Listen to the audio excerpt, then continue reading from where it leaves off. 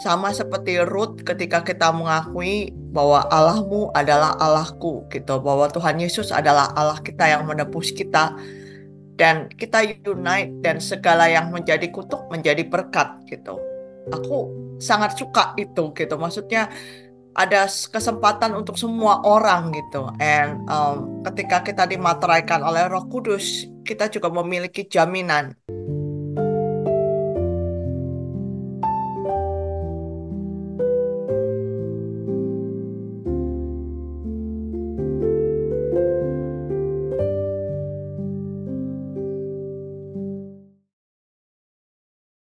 Nah, kalau kita lihat sebenarnya Ruth itu kan bukan orang Yahudi ya. Jadi dari keturunan Tuhan Yesus itu ada dua orang yang bukan Yahudi, Rahab dan juga Ruth. Nah, Rahab ini sebetulnya ibu dari Boas. Rahab itu mengawini Salmon, terus punya anak Boas. Nah, kemudian Boas ini kawin lagi dengan non-Yahudi juga, dengan orang Moab, gitu ya, melahirkan Obed. Gitu. Obed melahirkan Isai, Isai melahirkan Daud. Jadi kita bisa lihat bahwa sebetulnya orang-orang non-Yahudi itu juga masuk di dalam genealogi atau keturunan Tuhan Yesus gitu ya. Jadi ada 5 perempuan yang disebutin kan, Tamar, Rahab, Ruth, Batsheba sama Maria. 5 orang ini disebutin gitu di Alkitab.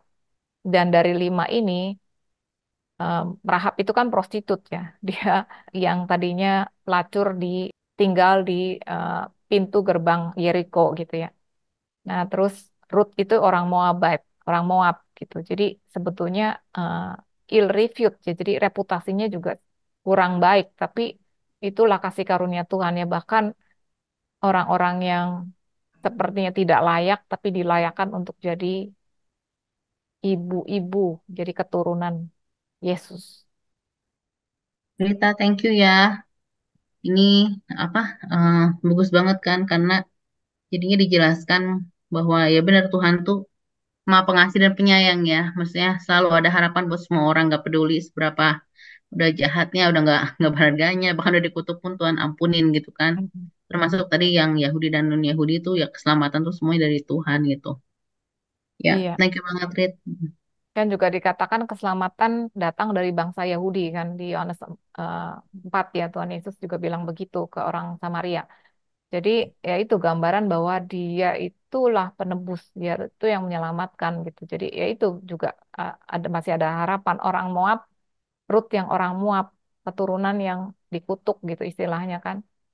Tapi ketika dia percaya kepada Tuhan Allah yang benar, Allah orang Israel gitu ya, itu dia berada di bawah kepaknya gitu. Jadi ya itulah kita ya satu berarti kan kita mesti percaya karena Kristus itu satu-satunya jalan. Yang kedua, kita rest. Kita rest. Ketiga, kita ikuti tuntunan Roh Kudus. Jadi seperti Ruth itu juga disuruh rest, disuruh segala sesuatu yang disuruh gitu sama ibu mertuanya gitu ya. Itu dia ikutin gitu. Jadi akhirnya ya betul kan, dia akhirnya juga ditebus gitu kan. Dan Boas akhirnya menebus nggak cuman Ruth, tapi kan sebetulnya Naomi juga gitu. Makanya anaknya dibilang anaknya Naomi, kemudian juga miliknya Elimelek gitu kan. Jadi itu ya itu betulnya gambaran yang luar biasa gitu. Jadi Tuhan Yesus itu menebus dunia yang udah hopeless tadinya kan. Ya Bethlehem rumah roti itu malah jadi famine, malah jadi kelaparan.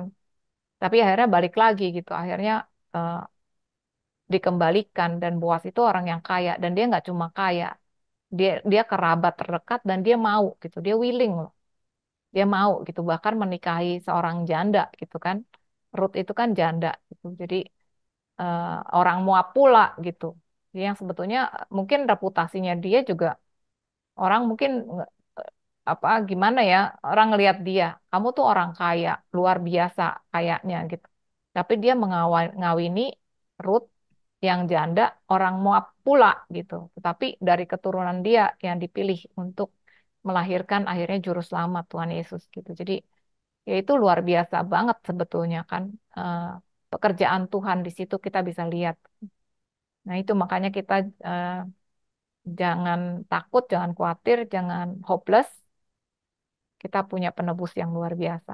Rita, Iya, Lot Dewi. kan Lot kan di save sama Tuhan gitu kan, dibawa keluar dari Sodom and Gomorrah. Tapi kenapa keturunannya dikutuk ya? Kayaknya nggak ada penjelasannya deh, Rita. Kenapa kedua itunya dikutuk? Apa karena karena anaknya yang dua itu menidurin bapaknya, jadi Iya. dikutuk? Moab dan Amon itu ya satu dikutuk ya awalnya karena mereka incest dan kedua juga karena pada waktu orang Israel itu mau masuk ke tanah perjanjian itu mereka tuh nggak mau nolongin gitu loh istilahnya. Ya, ya inget. Heeh, iya. Jadi em, ada nih di Ulangan 23. Di sini dikatakan di ayat yang ketiga ya, seorang Amon atau seorang Moab janganlah masuk jemaat Tuhan, bahkan keturunannya yang 10 pun tidak boleh masuk jemaat Tuhan sampai selama-lamanya, karena mereka tidak menyongsong kamu dengan roti dan air pada waktu perjalananmu keluar dari Mesir, dan karena mereka mengupah Bileam bin Beor dari Petor di Aram Mesopotamia melawan engkau supaya dikutukinya engkau. Jadi ingat cerita Bileam sama Balak dengan Balam kan? Mm, Ingat nggak? Balam dengan mm, Balak itu. Nah, dia suruh eh, Balam itu untuk mengutuki orang Israel gitu. Tapi akhirnya nggak mengutuki, dia malah memberkati gitu kan. Iya, berkati, ya ya. Saya hanya kepikiran one day kita unite lagi gitu. Seperti dulu kan sebenarnya waktu kita unite bahasanya sama, pengertiannya sama. Cuma sayangnya manusia mempunyai pikirannya jahat semua. Mereka mau mendirikan Tower of Babel kan. Ketika mereka semuanya unite, segala sesuatu kelihatannya gampang gitu untuk dipenuhi. Tapi Christian kita unite bahwa kita punya satu Roh Kudus gitu, bahwa kita Amin. mempercayai Tuhan gitu sebagai juru selamat kita gitu. I think Christian will be united by the Holy Spirit gitu kan, dengan bahasanya kita gitu. Sehingga terjadilah untuk Mazmur 91 gitu, bahwa kita yang walaupun bukan bangsa Yahudi, bukan Jewish, sama seperti Ruth ketika kita mengakui bahwa Allahmu adalah Allahku gitu, bahwa Tuhan Yesus adalah Allah kita yang menebus kita dan kita unite dan segala yang menjadi kutuk menjadi berkat gitu. Aku sangat suka itu gitu. Maksudnya ada kesempatan untuk semua orang gitu. And ketika kita dimateraikan oleh Roh Kudus, kita juga memiliki jaminan. Itu diingatkan kembali, sangat bagus kembali Rita untuk diingatkan bahwa kita memiliki tanda eh, bagian dari si penebus kita yaitu ya Roh Kudus yang tinggal di dalam kita. Kan Moab itu eh, turunan dari Lot. Ya, pokoknya yang dikutuk. Kalau Samaria, Kalau Samaria sih sebetulnya ceritanya kan itu kan di North ya. Jadi kan waktu Salomo anak-anaknya itu si Rehoboam kan akhirnya anaknya mau memberikan pajak yang sangat tinggi gitu kan. Nah, hmm, terus dia bukannya nanya sama penasehat-penasehat bapaknya, dia malah nanya sama teman-temannya. Dia bilang, ya udah biarin aja, tunjukin siapa yang berkuasa gitu. Akhirnya kan memberontak kan, Yerobiam itu memberontak. Akhirnya kerajaan Israel terpecah dua. Jadi 10 suku di sebelah utara dengan dua suku di sebelah selatan. 10 suku di sebelah utara namanya Israel atau Efraim lah. Nah, kemudian dua suku di selatan itu Yehuda dengan Benyamin, ya. Nah, ya Lewi juga tersebar sih. Lewi itu juga ada di 10 suku, ada juga di dua suku gitu. Nah, kemudian eh, 10 suku yang di utara itu dibuang dulu ke eh, Syria gitu kan, Assyria. Habis itu baru dua suku yang di selatan itu akhirnya dibuang juga ke Babylon gitu. Nah, tapi dua suku yang dibuang ke Babylon itu akhirnya kan 70 tahun terus balik lagi gitu loh. Balik lagi mereka membangun bait suci lagi gitu. Sementara 10 suku yang di Assyria itu nggak balik lagi gitu. Nah, kan nggak balik lagi, jadi dibilang 10 suku yang hilang gitu kan.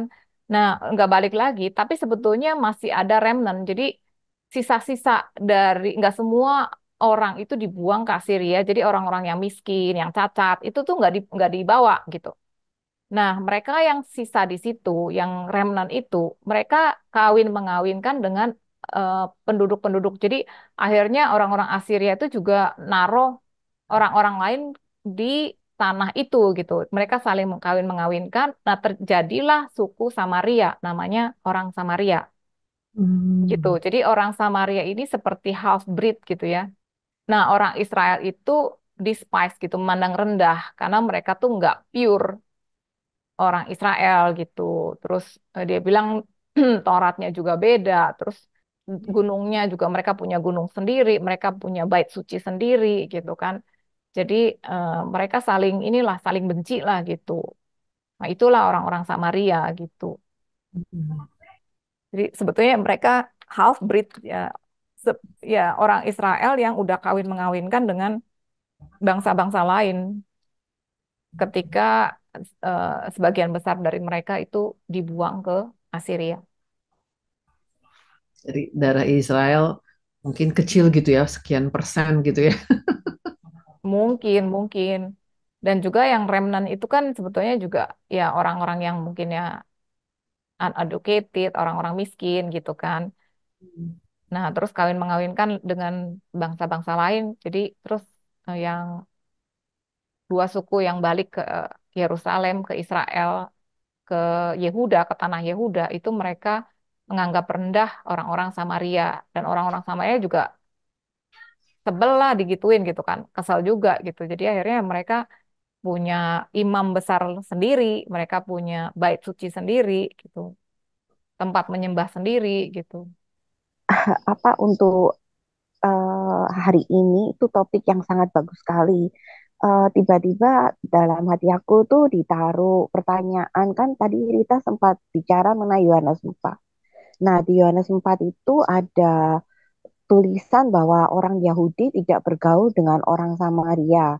Nah, tetapi di Lukas 10 Yesus itu pernah mengasih perumpamaan dan orang Samaria itu yang Baik hati, iya, yang tolong. baik hati. Nah, itu kenapa ya Rita ya? Jadi kalau orang yang maksud saya kalau saya membaca sekilas seakan-akan kenapa ya orang Yahudi itu nggak mau dengan orang sama nggak mau bergaul dengan orang Samaria, tapi di Lukas 10 ayat 27 ayat 29 sampai 37 itu ada orang Samaria yang baik hati. Nah, itu aja sih Ya, tiba-tiba. ya makanya karena Tuhan Yesus itu tahu bahwa orang Yahudi itu tidak mau bergaul dengan orang Samaria dan vice versa juga. Justru karena itu Tuhan Yesus memberikan perumpamaan itu. Makanya dibilang siapakah sesamamu manusia gitu kan. Dia sebetulnya orang Samaria yang nolong orang Yahudi yang dirampok gitu kan. Nih orang Samaria yang murah hati ya mulai dari ayat 25 sampai 37. Karena kan orang-orang Yahudi itu challenge Tuhan Yesus kan. Kan di sini dikatakan, "Guru, apa yang harus kuperbuat untuk meroleh hidup yang kekal?" Jawab Yesus kepadanya, "Apa yang tertulis dalam kitab Taurat?" Kemudian orang itu bilang, "Kasihlah Tuhan Allahmu dengan segenap hatimu dan dengan segenap jiwamu dan dengan segenap kekuatanmu dan dengan segenap akal budimu dan kasihlah sesamamu manusia seperti dirimu sendiri." Terus Yesus bertanya, "Jawab itu benar, maka engkau akan hidup." Kemudian, tetapi untuk membenarkan dirinya, orang itu berkata kepada Yesus, "Dan siapakah sesamaku manusia?" Nah, baru terus Tuhan Yesus cerita kan. Nah, akhirnya sudah Tuhan Yesus cerita, akhirnya Tuhan Yesus bilang nih di ayat ke-36, "Jadi siapakah di antara ketiga orang ini menurut pendapatmu adalah sesama manusia dari orang yang jatuh ke tangan penyamun itu?" Akhirnya orang itu bilang, "Orang yang telah menunjukkan belas kasihan kepadanya." Jadi makanya Yesus bilang, "Pergilah, perbuatlah demikian," gitu. Jadi Tuhan Yesus mau kasih tahu bahwa sesamamu manusia itu bukan berdasarkan ras atau ya suku atau apapun, tetapi ya sesama manusia termasuk juga orang orang Samaria. Bahkan di sini juga dibilang orang Samaria itu malah menunjukkan belas kasihan gitu, bukan orang-orang Yahudi yang lain. Terus karena Tuhan Yesus tahu pertentangan antara orang Yahudi dan orang Samaria, makanya dia bikin perumpamaan itu gitu. Mari kita bersatu dalam doa. Bapa kami mengucap syukur Tuhan karena Engkau baik. Bapa kami mengucap syukur untuk apa yang anak-Mu sudah lakukan. Tuhan Yesus datang. Dia meninggalkan keilahiannya menjadi manusia supaya dia bisa menebus kami. Menebus semua manusia, menebus dunia yang sudah jatuh. Mengucap syukur Bapa. Mengucap syukur Tuhan Yesus dan Roh Kudus juga. Engkau sudah berdiam di dalam kami. Ajar kami untuk percaya, untuk beristirahat di dalam Engkau dan mengikuti tuntunan Engkau. Karena Engkau yang memiliki kami, Engkau memiliki hidup kami, spirit, soul, and body. Terima kasih Tuhan, ajar kami untuk peka terhadap kebenaran firman-Mu, peka terhadap apa yang Engkau ingin kami lakukan dalam kehidupan kami. Karena ketika kami mengikuti Engkau, kami berlindung di bawah sayap Engkau, kami bisa menikmati semua berkat-berkat, semua yang Kristus sudah bayar di atas kayu salib. Terima kasih Bapa, terima kasih Tuhan Yesus, terima kasih Roh Kudus, Engkau memberkati kami dan seluruh keluarga kami. Engkau menyinari kami dengan wajah-Mu, Engkau memberikan kami kasih karunia-Mu, Engkau menghadapkan wajah-Mu kepada kami dan memberikan kami damai sejahtera-Mu. Kasih-Mu Bapa, kasih karunia-Mu Tuhan Yesus dan penyertaan Roh Kudus menyertai kami sekarang sampai selama-lamanya di dalam nama Tuhan Yesus. Tuhan yang kami sembah dan muliakan. Kami berdoa dan mengucap syukur. Amin.